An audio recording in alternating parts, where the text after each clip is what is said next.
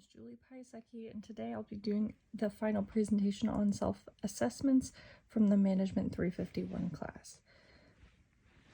So in this class, we had a series of self-assessments that we had to do for each chapter that we learned. The importance of the self-assessments are to help establish how someone feels about something, to get a deeper understanding of the content that we learned that week, to help make a connection to the content that was discussed, and also to help determine where a person might fit into the workplace and the world. For me personally, the self-assessments I found the most influential would have been from Chapter 3, which was Emotional Intelligence, from Chapter 7, which was Mindfulness, and from Chapter 12, which was Influential Tactics, and also from Chapter 14, which is Types of Organizational Culture. In Chapter 3, we discussed individual differences in emotions. The different topics that were discussed in that chapter were personality, effectiveness, self-evaluations, understanding emotions, and most importantly, in my opinion, emotional intelligence.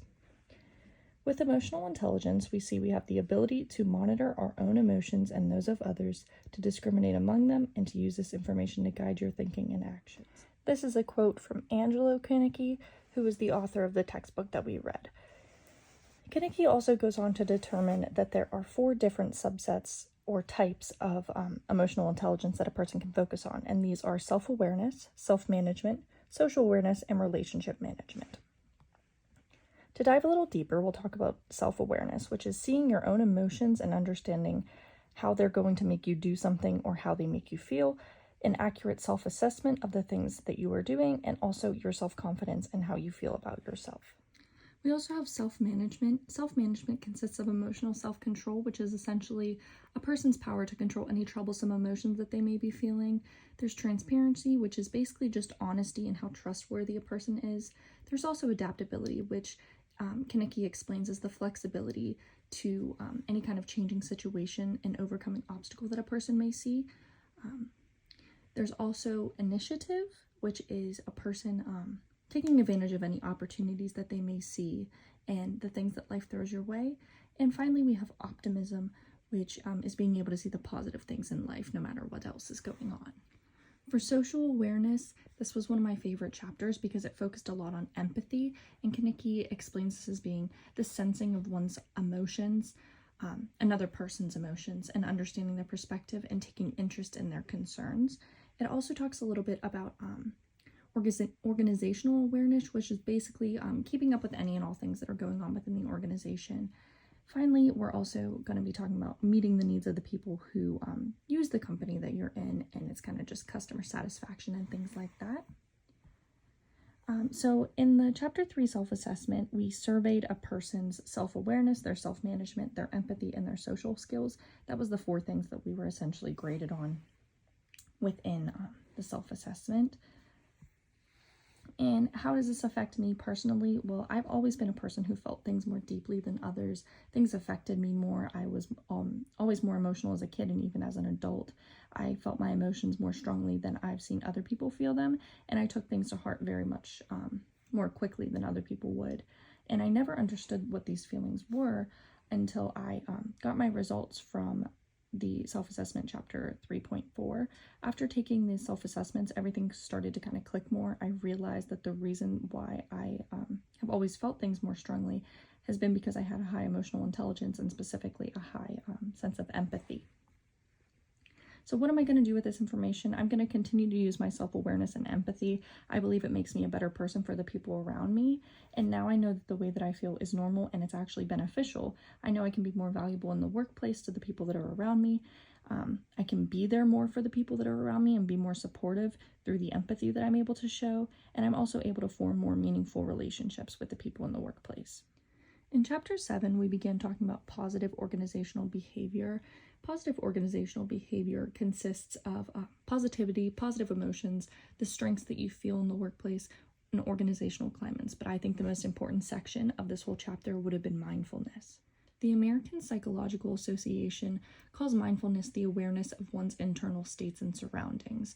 And this can also be described by Kinnicky as paying attention on purpose, being in the present moment, seeing all the things that are going on around you, just really understanding exactly what's happening and taking it moment by moment, as opposed to one thing is the end all be all.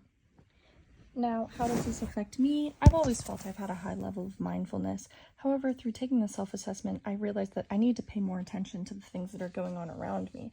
There's a lot of times that I'm doing things and it just feels like I'm an autopilot. I don't even think about doing them anymore. For example, at work, there's a bell that goes off whenever someone is at the drive-thru for the pharmacy to pick up their prescriptions. And whenever I hear that bell, I don't even think about anything other than walking over there and ringing that person out. However, there have been times that I wasn't paying attention to my surroundings and I didn't realize that there was already someone at the other counter who should have been waited on first. So if I just practice a little more mindfulness and just really be present in the moment, I should be able to take care of all of those things. So what will I do with the information that I learned in the self-assessment? I'm going to be more mindful in all aspects of life. Like I said, I'm just going to try to pay more attention to all my surroundings, which is kind of the point of mindfulness. I've also learned through the chapter that it's important to take breaks to recharge and make sure I'm still able to practice mindfulness. So that can consist of just taking a few minutes every day to just focus on my breathing and then get back to work as usual. Moving on to chapter 12, we talked about power, influence, and politics. This chapter consisted of power, power sharing and empowerment, political tactics, impression management, and most importantly, effectively influencing others. For influence tactics, there's a whole lot of stuff, but they can mainly be described as conscious efforts to affect and change behaviors in others. There were 9 different types of influence tactics that Kaneki talked about, and they consist of rational persuasion, inspiration appeals, consultation, personal appeals, exchange, coalition tactics, pressure, and legitimating tactics. So how does this kind of thing affect me? Well, I've never personally been in a situation where I've needed to use influence tactics, at least in the workplace. I've always been a very soft-spoken person and I don't like confrontation, so it didn't surprise me when I found out I only have a moderate use of influencing tactics. What I'm going to do with this information now, despite only scoring moderately on my influencing tactics, I realized through the self-assessment that there are different influencing tactics out there that I'm more comfortable using. For example, the emotional kind of inspirational appeals that people use have been proven to be more effective, and they're the kind of appeals that I like because as someone who's always been very empathetic, I like to make people feel better, and through inspirational appeals, that's a great way to do it. I was also able to determine what I need to do to work on whenever it comes to influencing someone. Since I have a moderate influence tactic score, I will just need to work on how I'm influencing people and the right way to do it. Through taking the self-assessment, I also noticed that I am capable of influencing someone, even if it's not something that I've ever done before. Finally, we're going to discuss chapter 14, which was organizational culture, socialization, and mentoring. This chapter consisted of organizational processes, organizational culture, the impact of culture, cultural changes, so the socialization process, and mentoring. And the one that stuck out the most to me was organizational culture. Now, there's 4 types of organizational culture, which consist of the clan, adhocracy, the hierarchy, and the market. So for clan culture, it's kind of an internal focus, and it values flexibility rather than stability and control.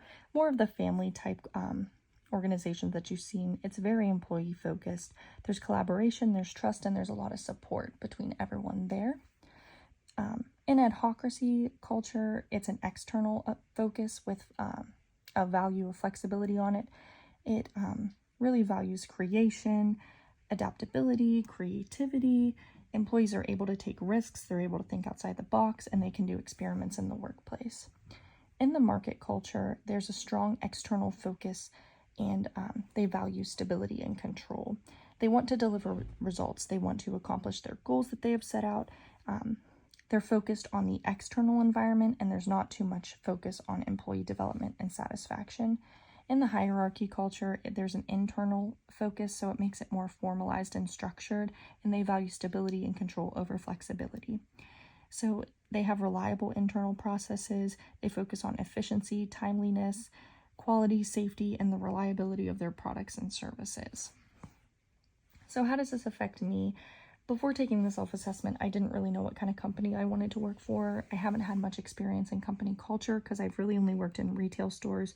So I go in and I do my job and I go home. I don't have to think about work whenever I'm not there. I just go in and do it. So it's not something that I really ever have experienced. In my results for the assignment, I was able to see what kind of organizational culture that I will best fit into, and I was also able to see the things that I did not like from an organizational culture. What am I going to do with this information? I will use it to help me find a job that is either clan or adhocracy style. I have learned that I want more flexible work in my career. I enjoy the feel of a family from the clan organization type, and I want to be able to form connections with the people that I work with, which is also part of the clan organizational type. But I also think it's important that I be able to take risks in my job and do the things that I think would help improve the company. The self-assessments have been very helpful to me in terms of figuring out where I can fit into the world, and they've also been helpful in explaining things that I already felt. Finally, they have made it more possible for me to connect with my real life to this class. Thank you very much for listening.